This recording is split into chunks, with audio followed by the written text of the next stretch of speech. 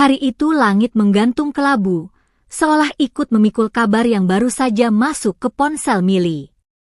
Getaran singkat, lalu suara di seberang sana yang gemetar, menyebut nama Cynthia, sahabat yang sudah ia kenal sejak mereka sama-sama belajar mengeja huruf di bangku sekolah dasar. Cynthia kritis. Kata itu menghantam Milly tanpa ampun. Tangannya bergetar ketika ia menurunkan ponsel, napasnya tercekat, dan dunia di sekelilingnya seakan melambat. Cynthia, perempuan ceria yang selalu tersenyum meski setahun terakhir tubuhnya terus digerogotikan ke rahim, kini terbaring di rumah sakit dalam kondisi yang tak lagi bisa ditunda. Tanpa berpikir panjang, Milly mengambil kerudungnya, meraih tas, dan keluar rumah. Sepanjang perjalanan menuju rumah sakit, Milly memeluk tasnya erat. Ingatannya melayang pada Cynthia, pada tawa mereka, juga air mata yang pernah mereka hapuskan satu sama lain. Cynthia bukan sekadar sahabat. Ia adalah bagian dari hidup Milly.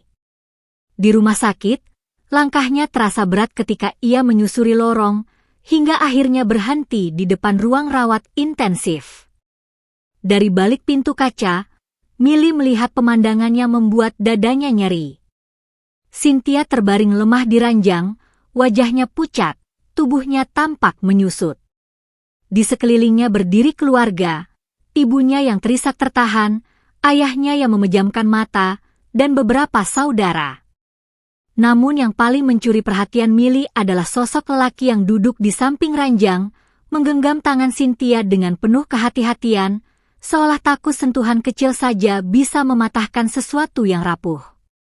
Ilyas, suami Cynthia. Lelaki itu terlihat jauh lebih kurus dari terakhir kali Milly melihatnya.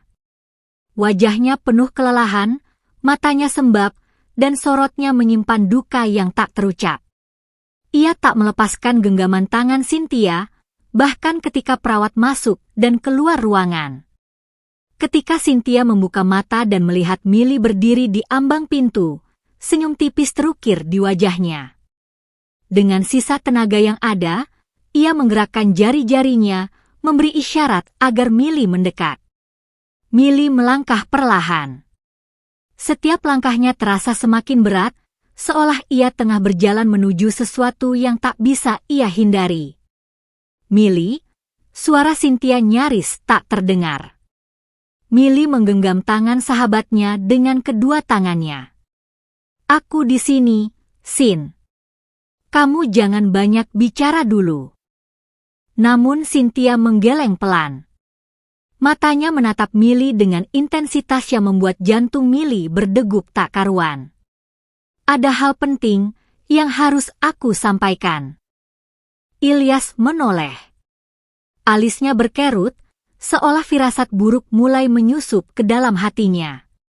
Cynthia menarik napas panjang, lalu dengan suara lirih namun jelas, ia berkata, Milly, aku ingin kamu menikah dengan suamiku. Waktu seolah berhenti. Milly membeku. Jari-jarinya melemah, nyaris melepaskan genggaman.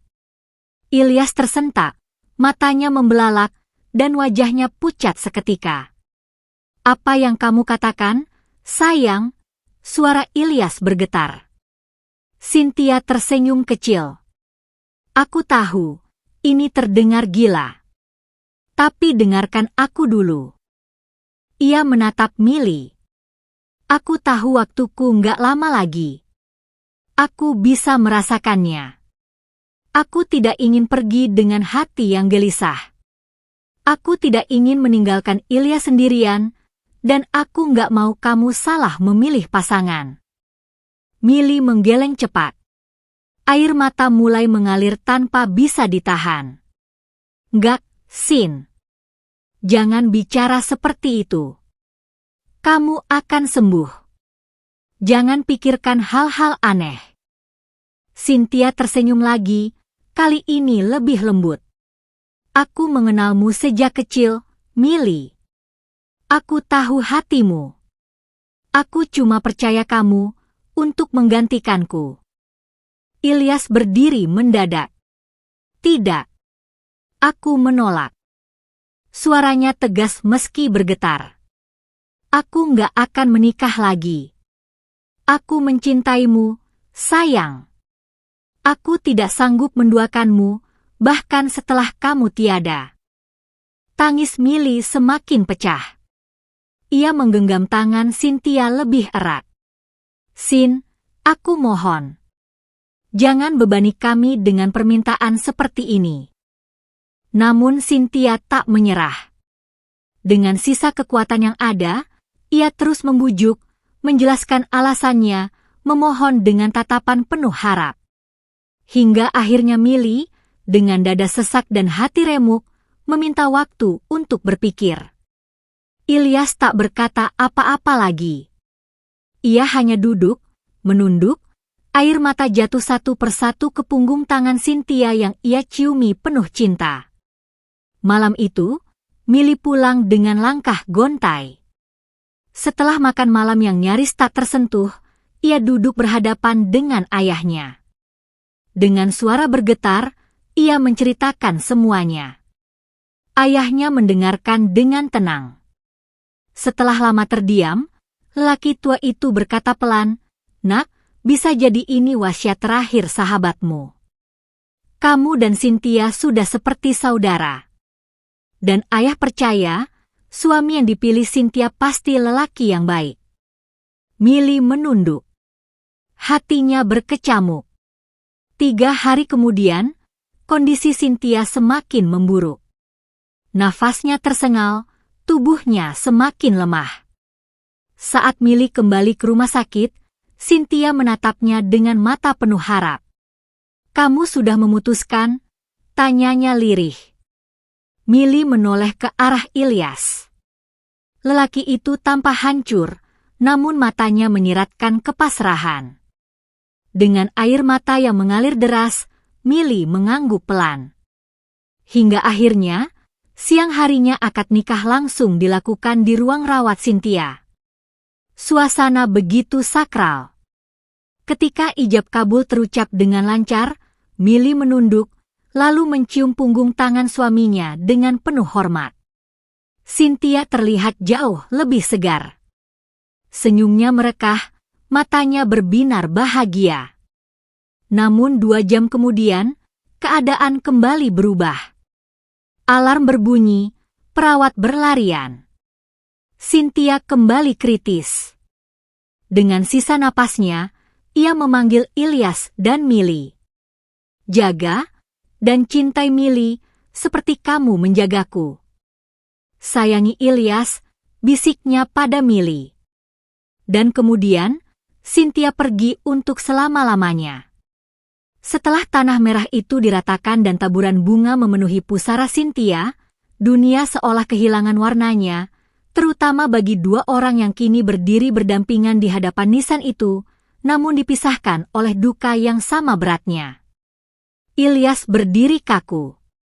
Matanya menatap nama Cynthia yang terukir di batu nisan, seakan tak percaya bahwa nama itu kini hanya bisa ia sapa lewat doa. Tangannya mengepal di sisi tubuh, dadanya naik turun menahan sesak yang tak kunjung pergi.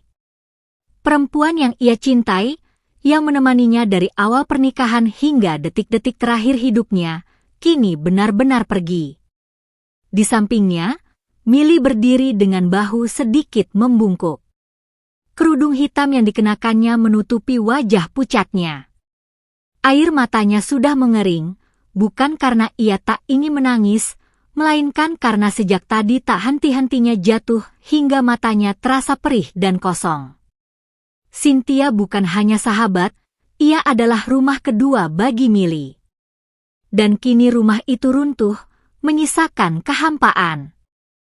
Tak ada kata-kata yang terucap di antara mereka. Bahkan setelah keluarga satu persatu meninggalkan makam, Ilyas dan Milly masih berdiri di sana, tenggelam dalam pikiran masing-masing. Mereka kini terikat oleh satu ikatan yang aneh, sebuah pernikahan yang lahir dari wasiat dan kehilangan. Hari-hari setelah pemakaman berjalan lambat. Terlalu lambat. Ilyas kembali ke rumah dengan langkah gontai. Rumah itu terasa asing, padahal ia telah bertahun-tahun tinggal di sana bersama Cynthia. Setiap sudut menyimpan kenangan, cangkir favorit Cynthia di rak dapur, mukena yang tergantung rapi di kamar, aroma sabun yang masih melekat di kamar mandi. Semua itu seperti jebakan, membuat luka yang belum sembuh kembali menganga. Millie belum langsung tinggal bersama Ilyas. Selama beberapa hari pertama, ia masih tinggal di rumah ayahnya, mencoba menenangkan diri dan mengumpulkan keberanian untuk menjalani hidup baru yang bahkan belum sempat ia pahami. Ia merasa bersalah. Merasa seolah-olah telah mengambil sesuatu yang bukan haknya, meski ia tahu Cynthia sendiri yang meminta. Beberapa hari kemudian, Millie akhirnya pindah ke rumah Ilyas. Hari itu hujan turun pelan, seakan langit ikut berduka. Millie datang dengan satu koper besar dan satu tas jinjing kecil. Ilyas membukakan pintu tanpa banyak bicara. Tatapan mereka bertemu sejenak, lalu sama-sama mengalihkan pandangan. Kamarnya, sudah aku siapkan, ucap Ilyas singkat. Millie mengangguk. Terima kasih. Itu saja. Dua kalimat pendek yang terasa begitu canggung. Rumah itu kini mereka tempati bersama, namun terasa lebih sunyi daripada sebelumnya. Mereka menjalani hari-hari seperti dua orang asing yang dipaksa tinggal dalam satu atap. Ilyas berangkat pagi dan pulang larut malam. Ia menenggelamkan dirinya dalam pekerjaan, seolah dengan begitu ia bisa melarikan diri dari kenyataan bahwa Cynthia tak lagi menunggunya di rumah. Millie menjalani perannya dengan tenang. Ia bangun lebih pagi, menyiapkan sarapan, membersihkan rumah, memastikan pakaian Ilyas rapi. Namun hampir semuanya berakhir sia-sia. Sarapan sering dibiarkan dingin. Ilyas makan seperlunya, tanpa duduk lama, tanpa obrolan. Tak pernah ada pertengkaran, namun juga tak ada kehangatan.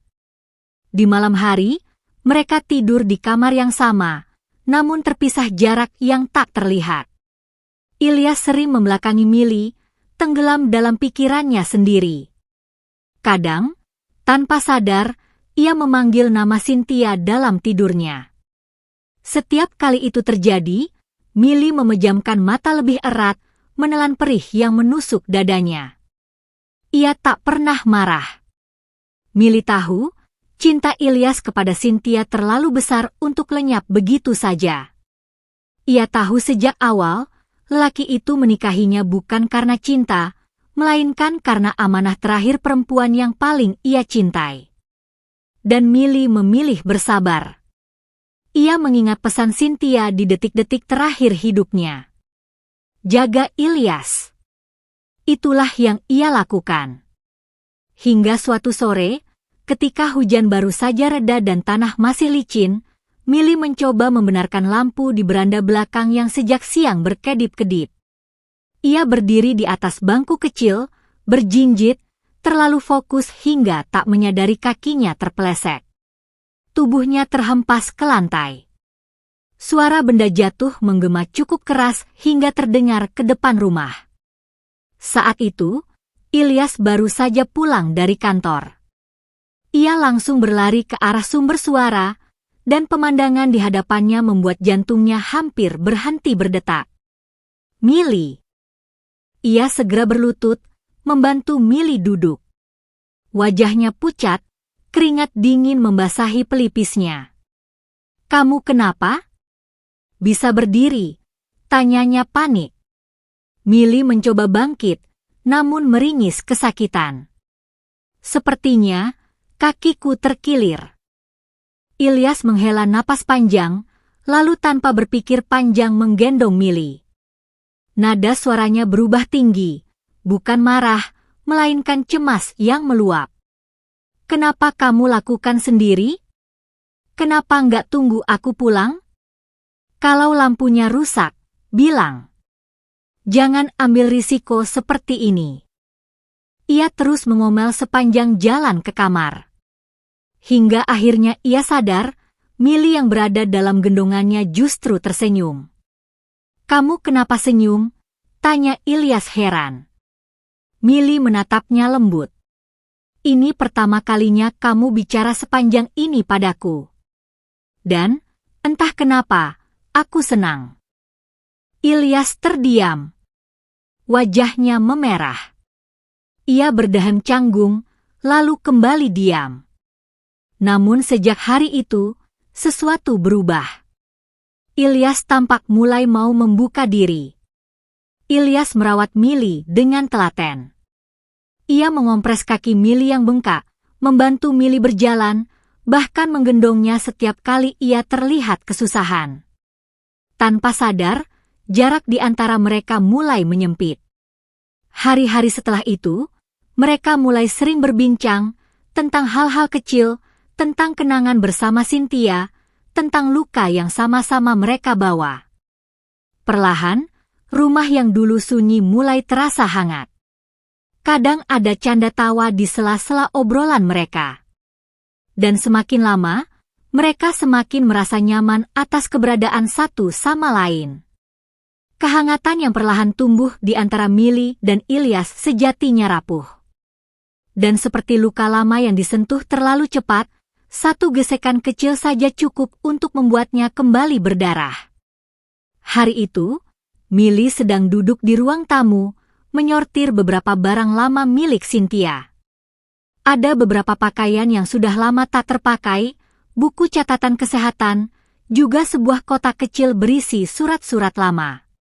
Salah satu surat terjatuh dari kotak itu. Milly memungutnya tanpa curiga. Tulisan tangan Cynthia begitu ia kenal, rapi, sedikit miring, penuh kelembutan.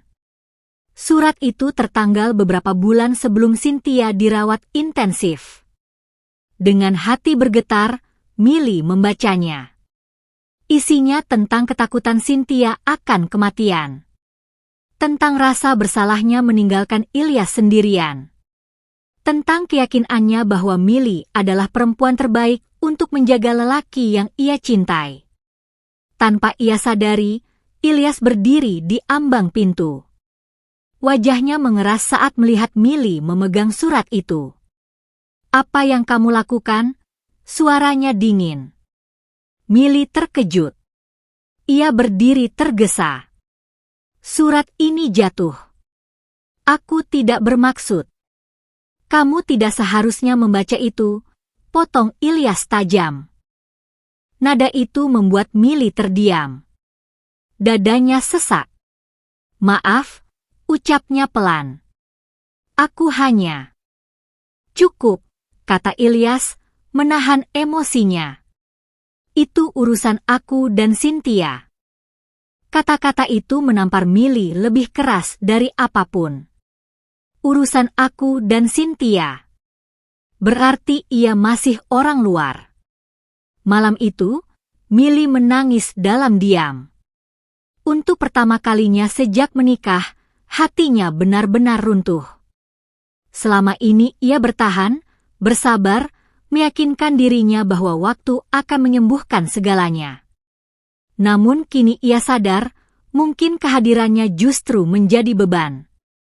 Keesokan paginya, saat Ilyas berangkat kerja, Milly sudah pergi. Ia pulang ke rumah ayahnya. Tanpa pesan. Tanpa pamit. Ilyas baru menyadari kepergian Milly saat pulang kerja. Rumah sunyi. Terlalu sunyi. Saat menemukan kamar kosong dan lemari yang setengah terbuka, jantungnya berdegup kencang. Sebuah ketakutan yang berbeda dari kehilangan Cynthia menjalari dadanya. Ini bukan duka. Ini takut kehilangan. Malam itu, Ilyas duduk sendirian di ruang tamu. Ia teringat setiap perhatian kecil Milly. Setiap kesabarannya. Setiap senyum yang tetap ia berikan meski sering tak dibalas. Ia teringat caranya menatap Milly saat ia tertidur di kursi, kelelahan. Cara dadanya terasa hangat saat Milly tersenyum padanya. Cara hatinya terasa gelisah saat Milly diam terlalu lama. Ilyas memejamkan mata. Ia sadar rasa itu telah tumbuh. Namun ia terlalu takut mengakuinya. Takut merasa bersalah pada Cynthia.